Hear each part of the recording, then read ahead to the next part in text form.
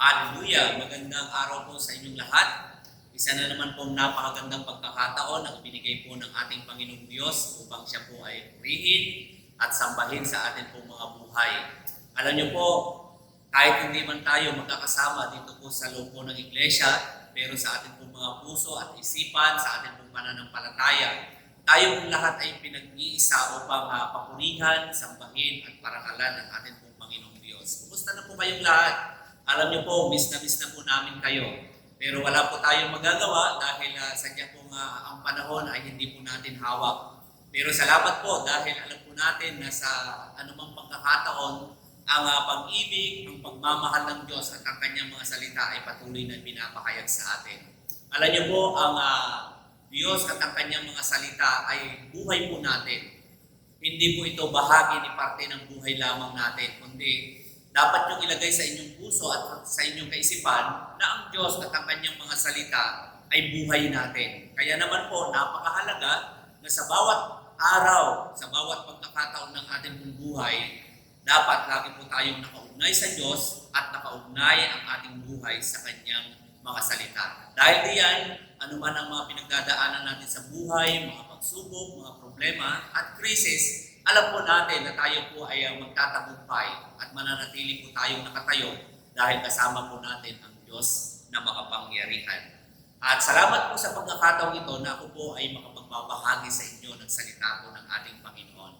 At ang nais ko pong ibahagi sa inyo ay mayroon pong title na The Unchangeableness of Jesus Christ. At ang ating pong text ay matatagpuan po sa isang napaka-familiar po ng verse sa Biblia, ang Hebrews chapter 13, verse 8. Ang sabi po ng Biblia, Jesus Christ is the same yesterday, today, and forever.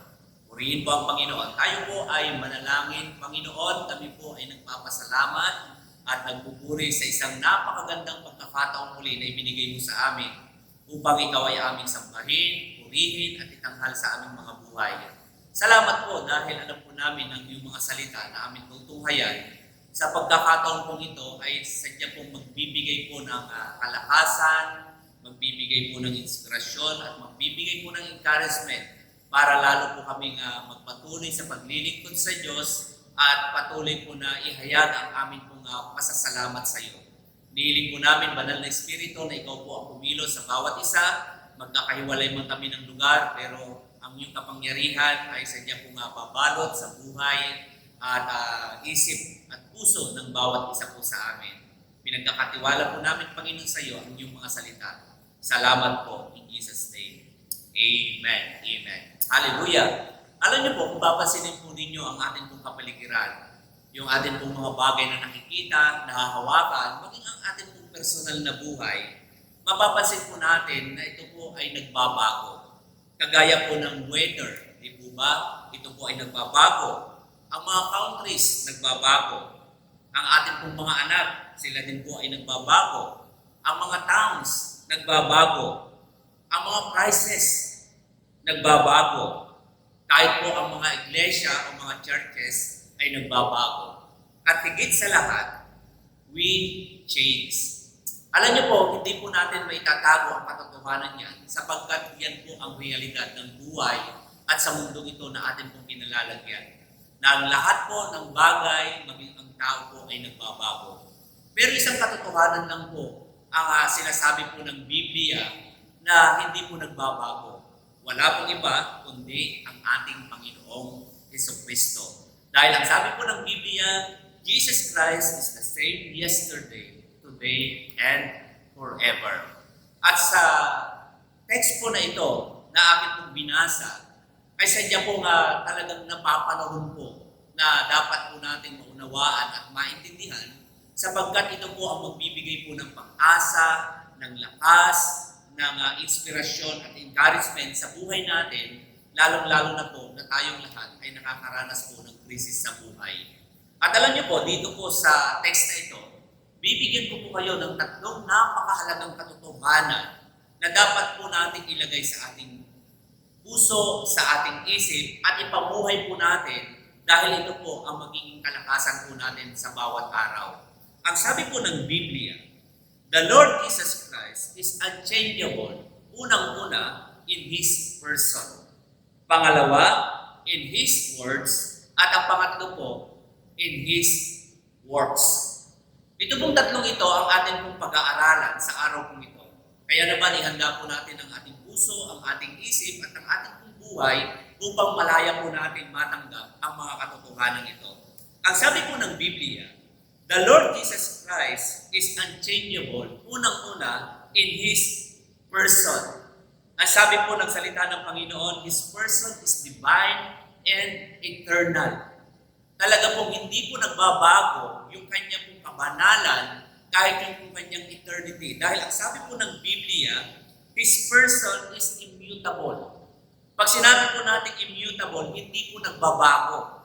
Sa bawat panahon po na lumilipas, ang Diyos po nananatili. Kaya nga po, ang sabi po sa text na ating pong binasa, Jesus Christ is the same yesterday, today, and forever. Hindi po siya nagbabago in His person. Yan po ang katotohanan. Ang sabi po ng Biblia, dito po sa aklat po ng Hebreo, chapter 1, verses 10 hanggang 11, mababasa po natin dito yung pong katotohanan na sinasabi po ng Biblia patungkol po sa ating Panginoong Hesukristo.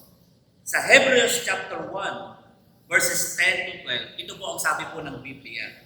In the beginning, O Lord, you laid the foundation of the earth. And the heavens are the work of your hands. They will perish, but you remain. They will all wear out like a garment. You will roll them up like a robe. Like a garment, they will be changed. But you remain the same. And your years will never end. So dito makikita po natin yung kung katotohanan ng lahat ng bagay na nilikha ng Panginoon. Lahat ng bagay na atin pong nakikita, nahahawakan. Ang sabi po ng Biblia, lahat ng yan ay lilipas. Lahat ng yan ay mawawala. Pero isang katotohanan po ang sinasabi po ng Biblia. Sabi po dito sa last part po ng verse 12, but you remain the same, and your years will never end. Nagbabago, lumilipas ang lahat ng bagay, pero ang Diyos nananatili. At ang sabi ng Biblia, your years will never end. Wala pong katapusan. Kaya nga po, ang buhay po natin ay nakasalig po sa isang matibay na pundasyon. Sapagkat ang Diyos na ating pinaglilingkuran at pinag-alayan ng buhay ay hindi po nagbabago. Ang sabi po ng Biblia, Jesus Christ is the same yesterday, today, and forever. Ano pong tinutukoy dito? In His great attributes. Ano po yun? Unang-una, His eternity. Pangalawa, spirituality. Pangatlo, sabi po ng Biblia, omniscience. Pag sinabi po natin omniscience, God knowledge is unlimited. Yun pong kanyang karunungan ay wala pong hanggan. Marunong po siya sa lahat ng bagay. Ang sabi po ng Biblia, He know the past, He know the present, and He know the future. Alam niya po yan. Kahit po yung nangyayari sa buhay natin, ay alam po niya. Kahit po yung ating pong iniisip, kahit po yung pinakamalalim sa kaibuturan po ng ating puso, ay alam po ng ating Panginoon. Kaya nga po, napakahalaga na malaman po natin ang katotohanan po ito dahil ang sabi po ng Biblia, knowing that God is omniscient should allow us to trust His will, His word, and His timing. Though we don't know all the answers, but God does. Alam niyo po, ito pong pinagdadaanan nating krisis ngayon o pandemic. Alam niyo po, parang magtataka tayo na parang ang Diyos natutulog. Na parang bang ang Diyos ay hindi po nakikinig sa mga panalangin po natin, samantalang sinasabi ng Biblia na alam niya ang lahat ng bagay. Ibig sabihin po nito, hindi po lingid sa Kanya yung mga pinagdadaanan nating hirap, yung mga pinagdadaanan nating pagkatakot, yung pinagdadaanan nating pangamba, at pinagdadaanan nating suliranin sa bawat araw. At sabi po ng Biblia, God is omniscient. Alam niya po yung mga bagay na nangyayari. Pero marami na pong pagkakataon na tayo po ay sama-samang nanalangin, maraming pagkakataon po na tayo po ay umiiyak, mga panahon po na tayo po ay lumuluhod dahil itinataas po natin sa Kanya ang mga bagay na ating nararanasan. At marami din mga pagkakataon na tayo po ay nag-fasting para ipahayag po natin sa Diyos yung nais po natin na mangyari na magkaroon po ng katapusan ito pong krisis na ating pinagdadaanan. Pero para bang ang Diyos hindi nakikinig? Di po ba? Alam niyo po, magkaiba po kasi ang perspective po ng Diyos at ang perspective po ng tao pagdating po sa krisis, pagdating po sa problema at suliranin po ng buhay. Tayo po bilang mga tao sa mundong ito, ang perspective po natin sa mga pagsubok, sa mga suliranin at krisis ay hindi po magandang bagay. Bakit po? Unang-una, dahil ito po ay hindi po nagbibigay ng normal na pamumuhay po natin. Ang mga bagay na ito ay nagdudulot po ng pagkatakot, ng pangamba, ng pag-aalinlangan, nagdudulot po na ito ng discouragement. Kaya nga, sa ating pong sariling perspective, yung po mga problema, yung mga pagsubok, yung mga krisis sa buhay, ayaw po natin yan. Dahil ito po ay talagang nagpapabago po ng pang-araw-araw na takbo ng buhay po natin. Kaya nga, ayaw po natin itong tanggapin, ayaw natin itong maranasan. Pero alam niyo po, ang perspective po ng salita ng Diyos pagdating po sa mga krisis ng buhay ay kakaiba. Dahil ang perspektibo po ng Biblia pagdating po sa mga pagsubok at mga suliranin, it is a process of learning. It is a process of trusting God. It is a process of faith. Ibig sabihin po nito, ito po yung perspektibo ng Biblia pagdating po sa mga bagay na ating nararanasan. Mayroon pong itinuturo ang Diyos. Mayroon po siyang ginagawa sa gitna po ng mga bagay na ating nararanasan. Ang problema, hindi lamang po natin nakikita, hindi po natin nararamdaman. Bakit po? Dahil ang tinitingnan po natin ay ayon po sa perspective po ng ating pong pananaw pagdating po sa mga pagsubok at suliranin na atin pong pinagdadaanan. Pero kung titignan po natin in God's perspective, makikita natin doon na mayroon parang itinuturo ang Diyos. At kung doon po tayo hahawak, doon po sa perspective po ng Biblia, that it's a process of learning, it is a process of trusting in faith, lalo pong mapapatibay yung ating pananampalataya at lalo po tayong mapapatibay yung ugnayan po natin sa Diyos. Kaya nga po, sa gitna po ng mga bagay na ating pong nararanasan, napakahalaga po na tayo ay magtiwala sa ating Panginoon. Dahil ang sabi po ng Biblia, God is omniscient. God knowledge is unlimited. Kahit po yung pinagdadaanan po natin ngayon, alam niya po yan. Kahit po yung mga personal na problema at suliranin natin, alam po ng ating Panginoong Diyos yan. Yung mga panahon na tayo po ay umiiyak dahil tayo po ay nasasaktan, sa mga panahon na tayo po ay umiiyak dahil tayo po ay nahihirapan, sa mga panahon na tayo po ay nag-aalala dahil sa mga suliranin na ating pong pinagdadaanan, alam po ng Diyos yan. Hindi po yan maitatago sa harapan ng Diyos. Sa mga panahon na tayo po ay parang nawawalan na ng pag-asa, na-discouragement, alam din po ng Panginoong Diyos yan. Ano lang ang kailangan niyang makita sa atin? Na tayo po ay magtiwala in His person, that God is omniscient, at higit sa lahat, sabi po ng Biblia, that God is omnipotent. Ang Diyos po ay makapangyarihan. At sa gitna po ng mga pinagdadaanan natin sa buhay, siya po ang may kapangyarihan para po tayo ay tulungan, para tayo po ay palakasin, bigyan po ng pag-asa, at higit sa lahat, ibuhos niya po ang pagpapala sa atin sa gitna po ng mga bagay na atin pong nararanasan. Lagi niyo pong tatandaan na ang kapangyarihan po ng mundong ito ay nakabase lamang po sa technology, sa popularity, sa money, sa military. Lahat po ng yan, doon po nakabase yung pong kapangyarihan sa mundong ito. Pero ang Diyos po, ibang klase po yung kanyang kapangyarihan. Hindi po nakabase sa mga bagay na atin pong nakikita sa mundong ito. Dahil ang sabi po ng Biblia, sa Matthew chapter 28, ang sabi po ng ating Panginoon, all authority in heaven and in earth has been given to me. Ang kapangyarihan po ng ating Panginoong Jesucristo ay sakop po ang kalangitan, sakop po nito ang buong kalupaan, at sakop po nito ang buong daigdig. Kaya nga, lagi niyong tatandaan na tayo pong lahat Kapag tayo po ay nagpapasakop at nagtitiwala sa ating Panginoon, tayo po ay nasa mabuting kamay. Oo, nakakaranas po tayo ng mga unexpected things sa ating pong buhay, pero alam niyo po, ang Diyos po ay hindi po nagbabago. Dahil ang sabi po ng Biblia, He is the same yesterday, today, and forever. Saan po yan? Ang sabi po ng Biblia, in His perfect and blessed character.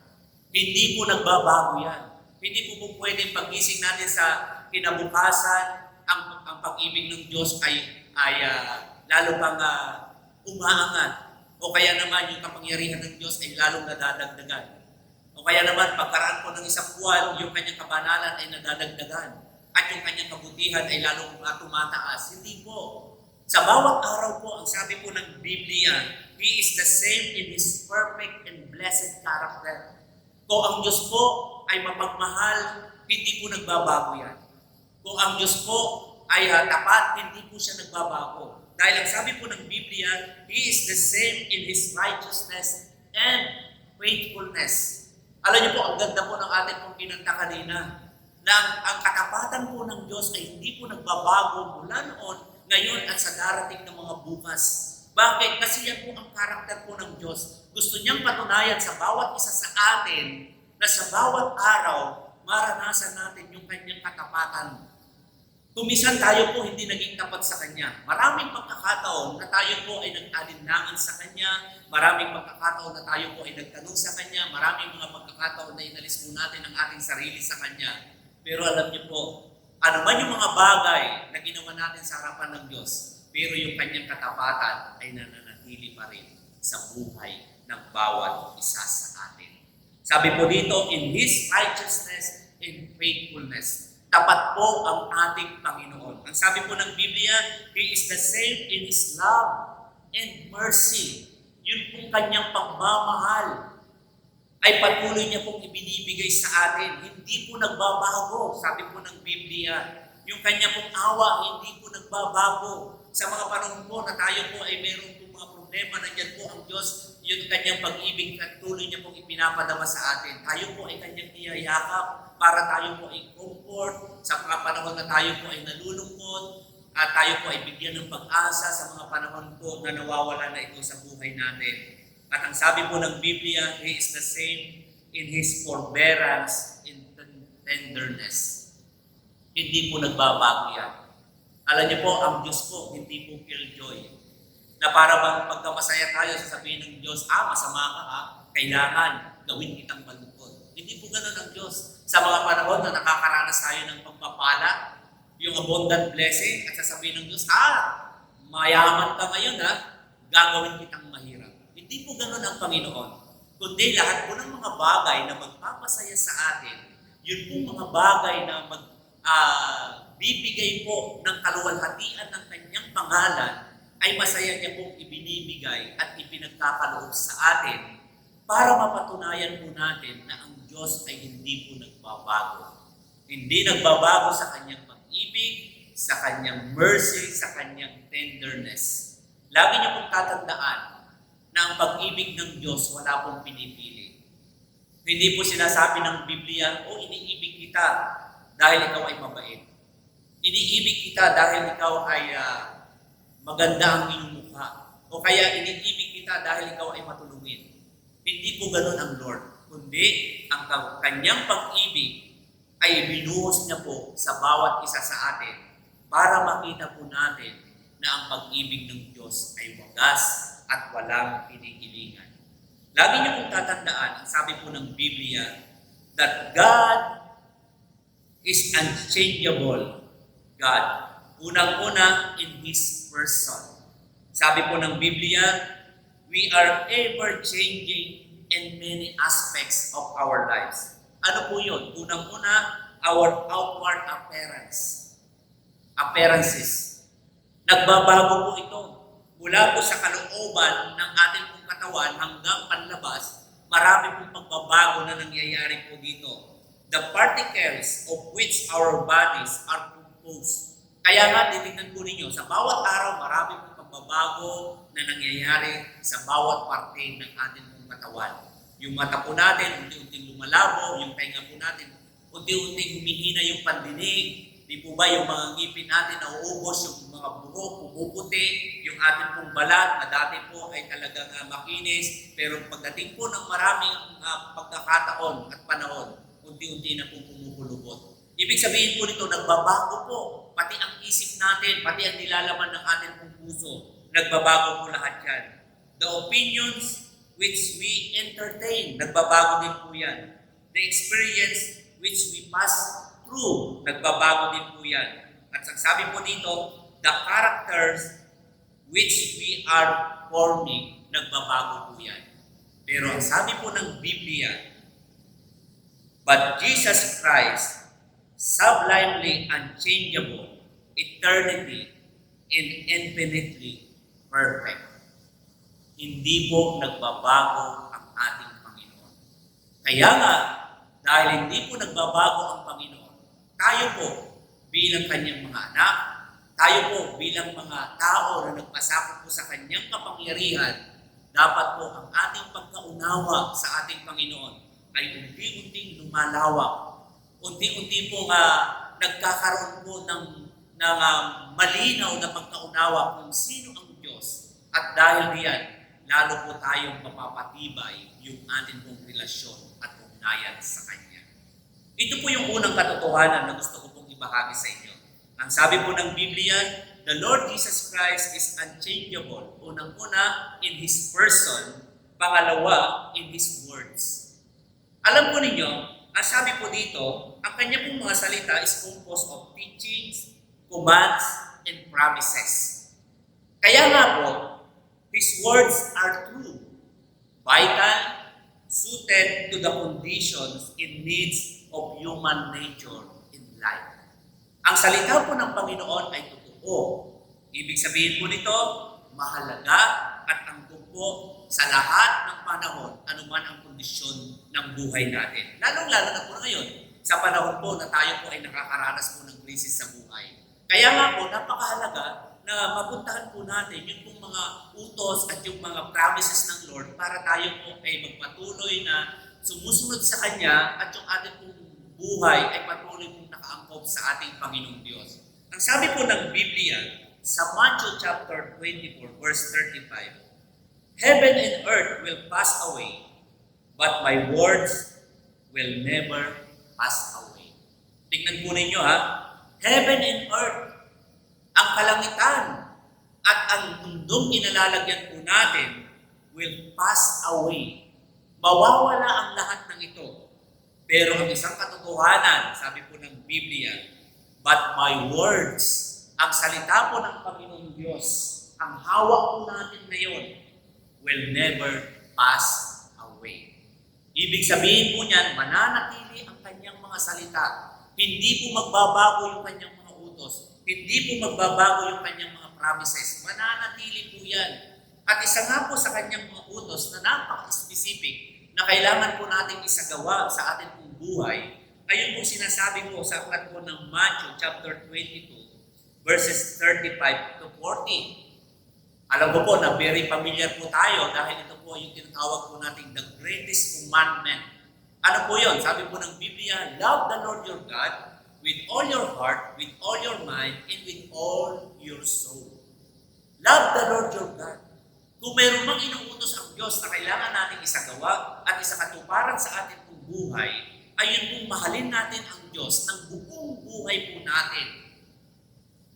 Na sa bawat araw atin pong ipinapahayag ito. Alam niyo po, kung mauunawaan lang po natin yung pagmamahal ng Diyos, hindi po natin ipagkakait yung ating pong pagmamahal sa Kanya. Dahil sa totoo po, hindi po mahirap mahalin ang Diyos. Dahil ang pag-ibig po ng Diyos, nung hindi pa man natin siya kilala, nung tayo man ay hindi pa ipinapanganak, nung tayo po ay makasalanan pa, nung tayo po ay malayo pa sa Diyos, ang sabi ng Biblia, ipinadama niya na ang kanyang pag-ibig sa atin sa pamamagitan ng kanyang bugtong na anak para tayo ay iligtas at para tayo po ay tubusin sa kasalanan na nagawa natin sa harapan ng Diyos.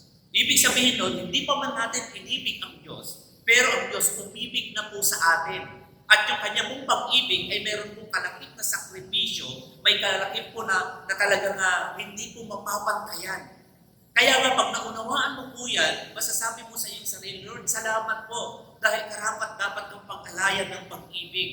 Kaya nga kung tutuusin, hindi na ito yung utos ng Diyos at kusa na lamang ginagawa ng tao. Kaya lang inuutos ito ng Diyos para maging malinaw sa atin kung paano natin siya mamahalin. Ang sabi po ng Biblia, love the Lord your God with all your heart. Hindi po half-hearted lamang, kundi buong puso. Na dapat ang nakaupo po sa trono ng puso natin, wala pong iba kundi ang ating Panginoon. Hindi po ang ating sarili. Kaya sabi po ng Biblia, love the Lord your God with all your heart, with all your mind, and with all your soul. Sakop po nito yung buong pagkatao po natin.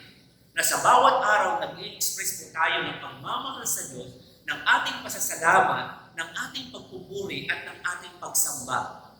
At pangalawa, sabi po ng Panginoon, love your neighbor as yourself. Love your neighbor as yourself. Bakit po? Dahil ang lahat ng tao mahalaga sa harapan ng Diyos at yung kanyang pag-ibig ay ibinuhos niya sa lahat ng tao.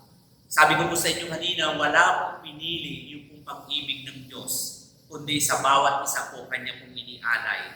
Kaya nga po, dahil mahalaga ang tao sa harapan ng Diyos, ang sabi ng Biblia, love your neighbor as yourself.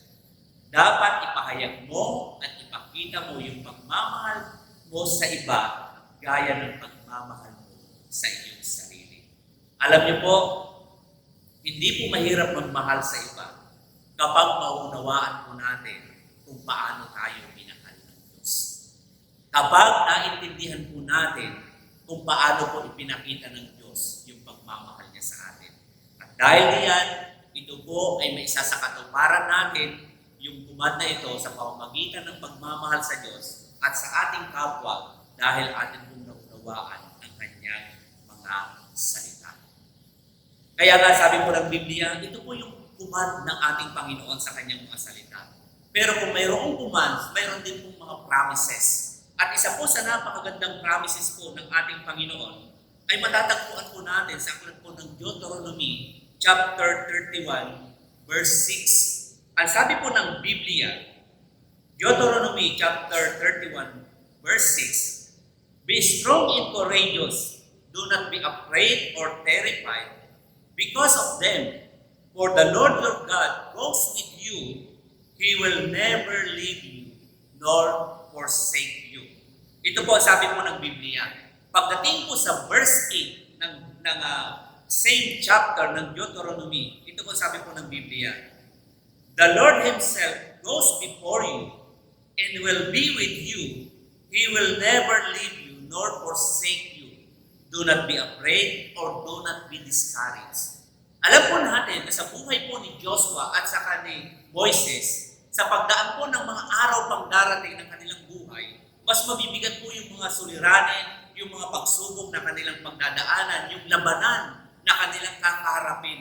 Kaya nga po, mayroon po nga pangamba, may pagkatakot, pero ang Diyos po nangako sa kanila. At ang pangako ito ay kanila pong pinanghawakan. Ano po ang pangako ng Panginoon?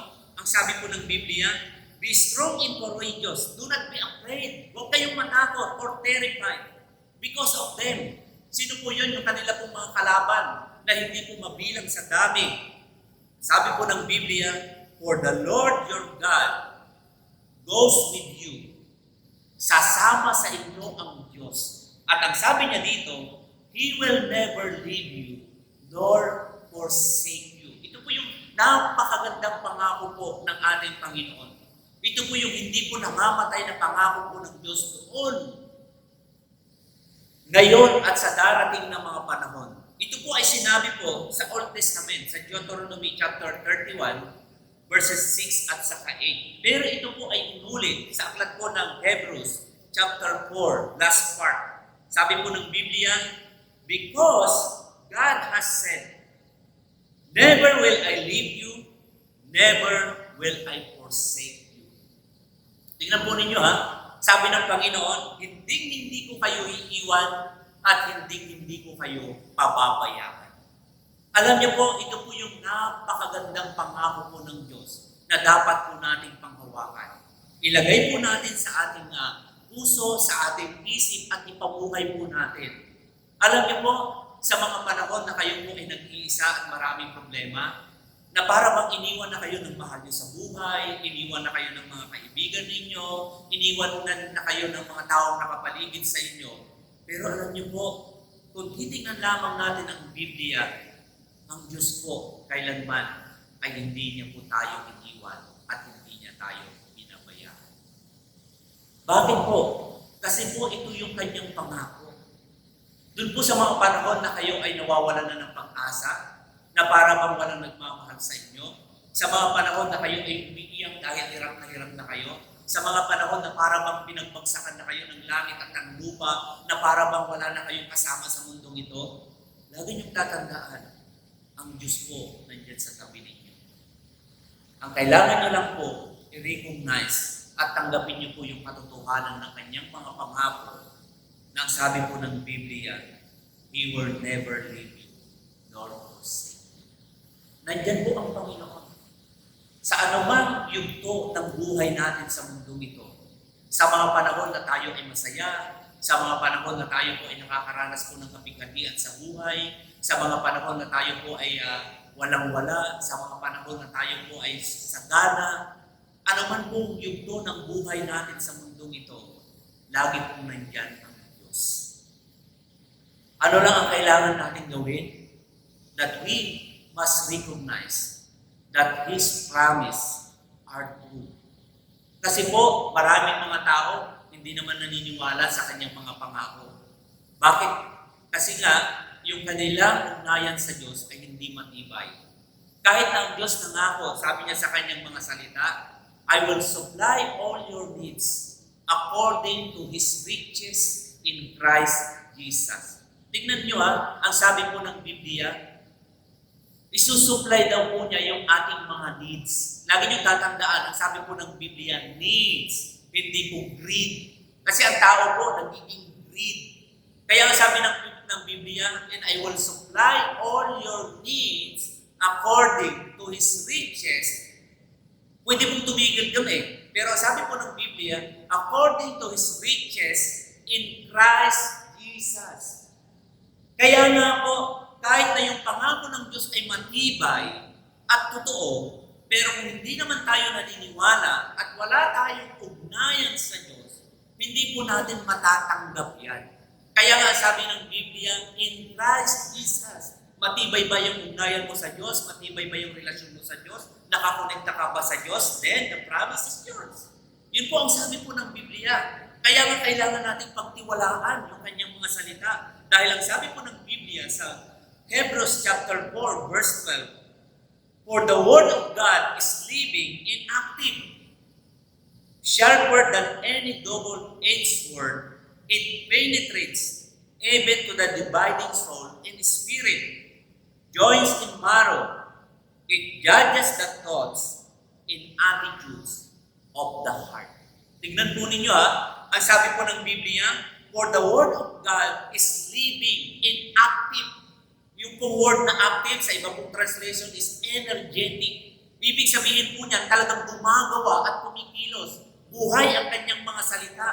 Buhay na gumagawa at kumikilos sa mga taong nagpapasakop dito at dahil diyan, nagkakaroon sila ng buhay. Dahil ang mga salita ng Diyos, ito po ang magpapabago ng ating isip at ng ating puso para tayo po ay maging karapat-dapat sa Kanya. Sabi po ng Biblia, it judges the thoughts and attitude of the heart. Kung mayroon mang nakakakita ng ating mong iniisip, nang nilalaman po kahit yung pong doon po sa kaibuturan ng ating puso, ang salita po ng Panginoon. Kaya nga po, magiging malinis lamang ang ating isip at ang ating puso kung ang salita ng Diyos ang siyang magpipenetrates dito po sa ating kaisipan at sa ating puso. Ang sabi nga po ni Luther, sabi po niya sa kanyang quote, it is true that the Scripture, its word, are not dead words.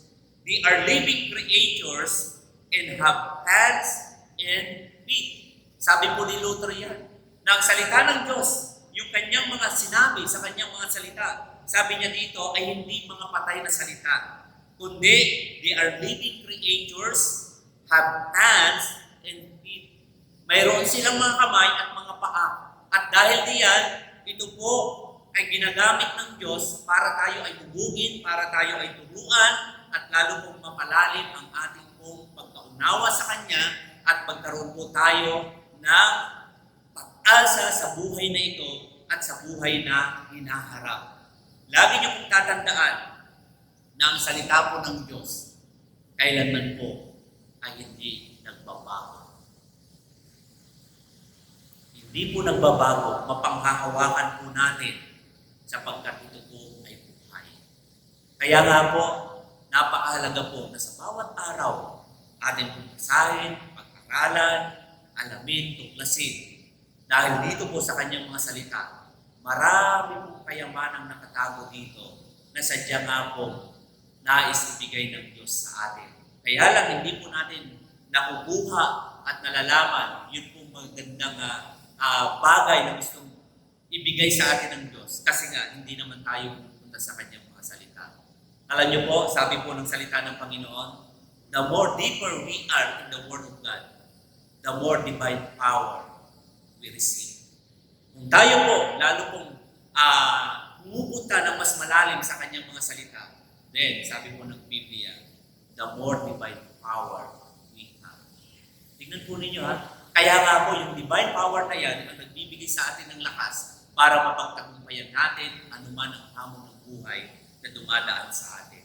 So yan po ang sabi po ng Biblia. Unang-una, sabi po ng salita ng Panginoon, the Lord Jesus Christ is unchangeable, unang-una in His person, pangalawa, in His words, at ang pangatlo, in His work. Ano po yung word na sinasabi po dito? Sabi po ng Biblia, as Savior of sinners, He is the same. Tingnan po ninyo as Savior of sinners, He is the same. Ang sabi po ng Biblia sa Mark chapter 10, verse 45, for even the Son of Man did not come to be served, but to serve, and to give His life as a ransom for many. So dito makikita natin, ang sabi po ng Biblia, ang ating Panginoong Jesucristo ay bumaba dito sa lupa hindi upang paglingkuran, kundi siya ay maglingkod at ialay ang kanyang buhay sa ikatutubos ng marami. Dito sa text na ito, makikita po natin yung kung tinatawag na the means of His service. Ano po yun? Sabi po ng Biblia, through His works. Ano po yung ginawa ni Jesus nung nandito siya sa lupa? Ang sabi po ng Biblia, series of healing in miracles, signs and wonders. Alam po natin yan, dahil marami po siyang pinagaling, mga bulag, mga bingi, yung pong mga taong inaalihan po ng masamang espiritu, yung pong may mga ketong, pati po yung patay, kanya pong binuhay, series of healing, signs and wonders. Sa kunting tinapay po at isda, pinakain niya po yung 5,000, yung 8,000. Pinatigil niya po yung malakas na unos. Pinatigil niya po yung malakas na hangin. Ang ating Panginoong Jesucristo po, lumakad sa ibabaw ng tubig. So makikita po natin, sabi po ng Biblia, yung kanya pong paglilingkod, ipinakita niya sa pamamagitan po ng kanyang paggawa.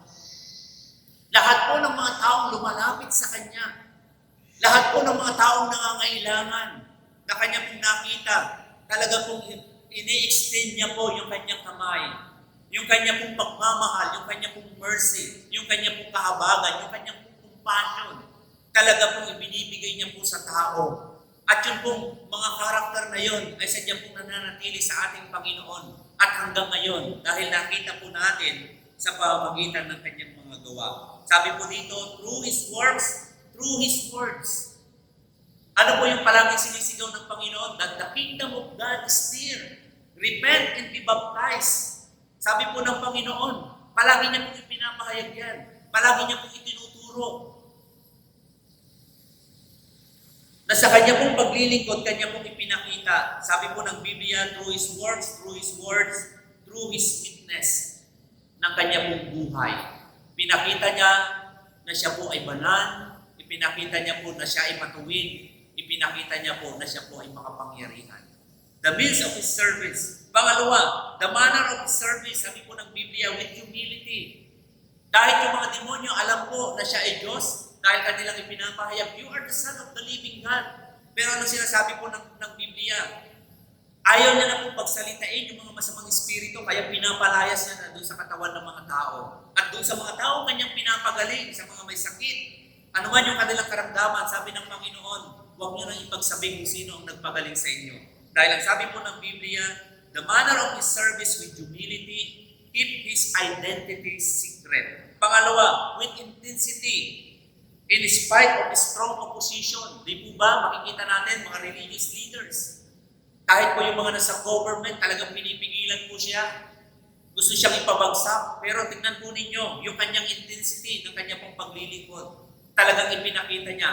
Dahil ang nasa isip niya at nasa puso niya, wala pong iba, kundi ikaw at saka ako.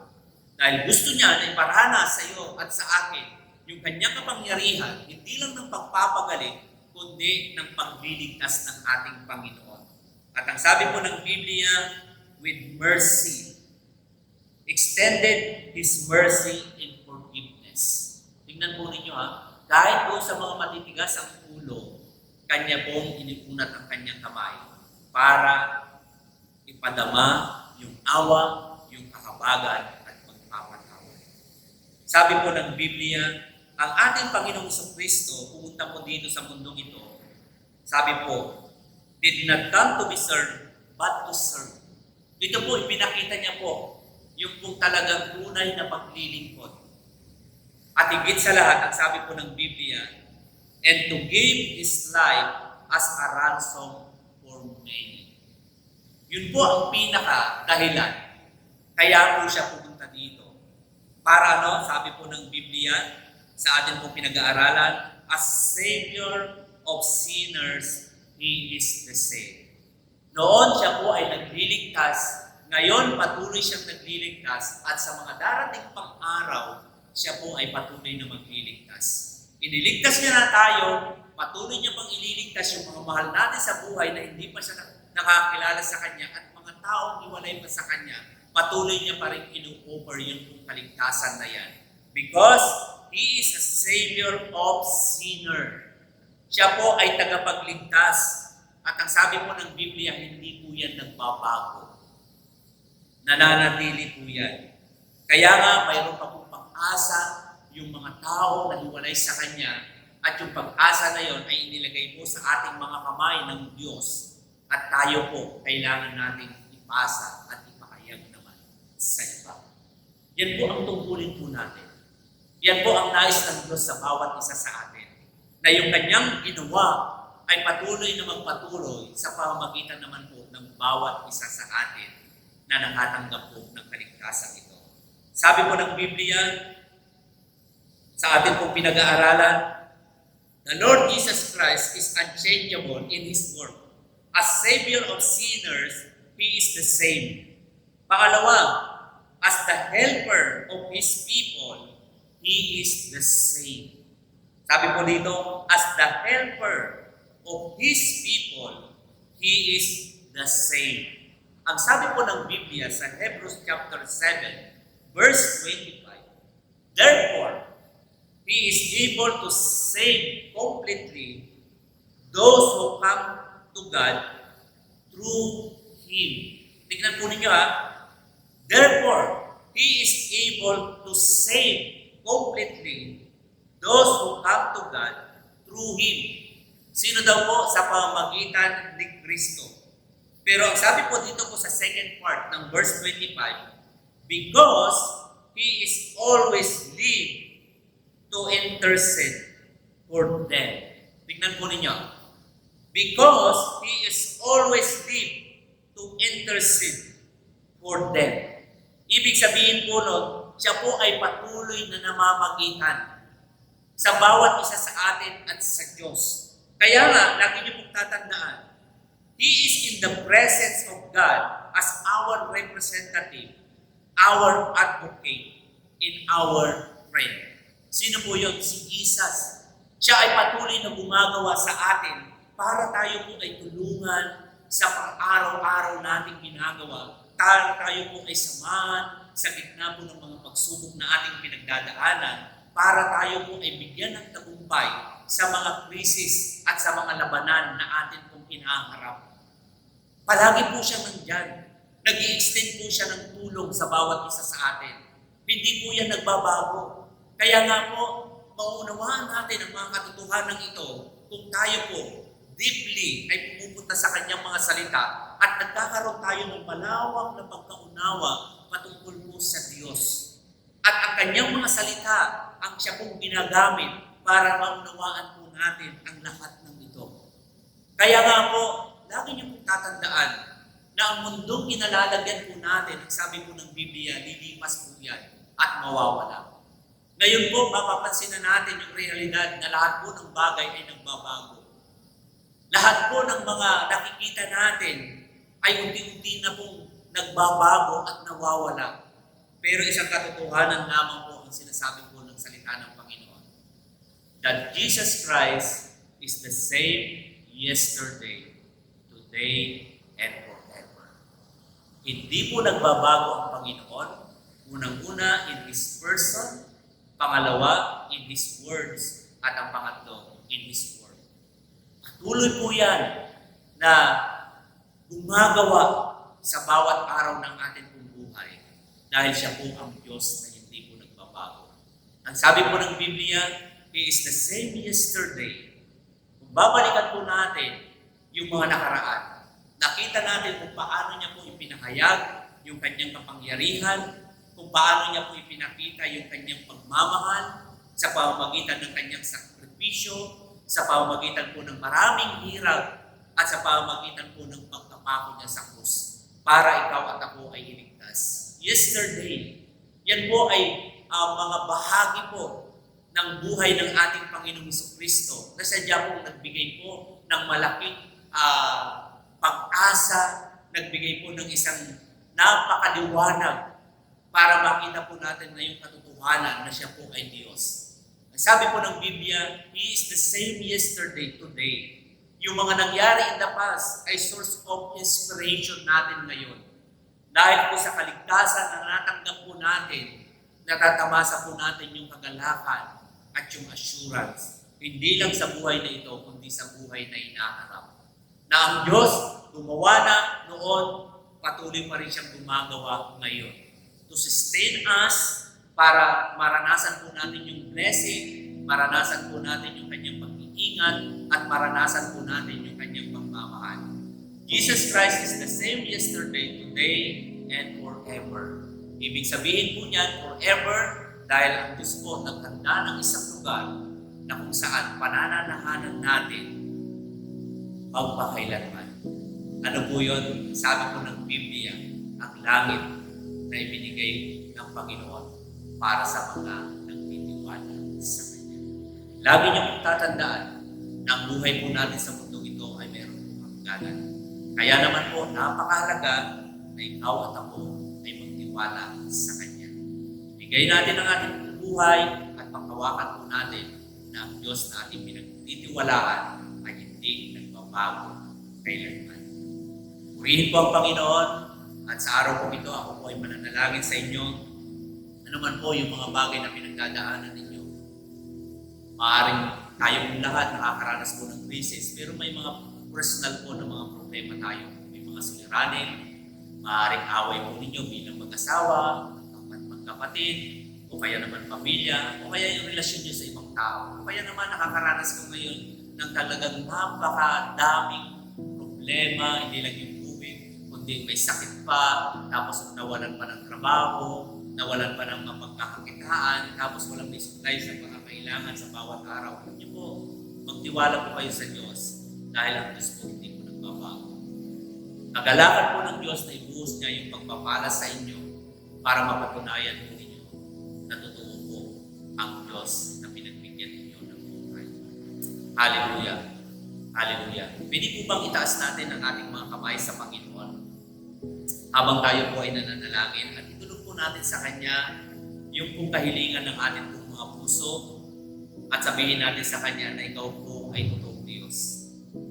Napag-aralan namin sa iyong mga salita na ikaw po ay totoo at panghahawakan namin ang katotohanan ito.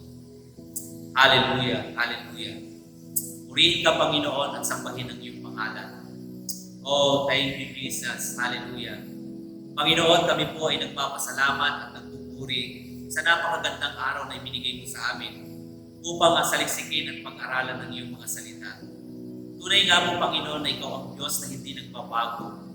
Ikaw ang Diyos noon, ngayon, at sa darating na mga panahon.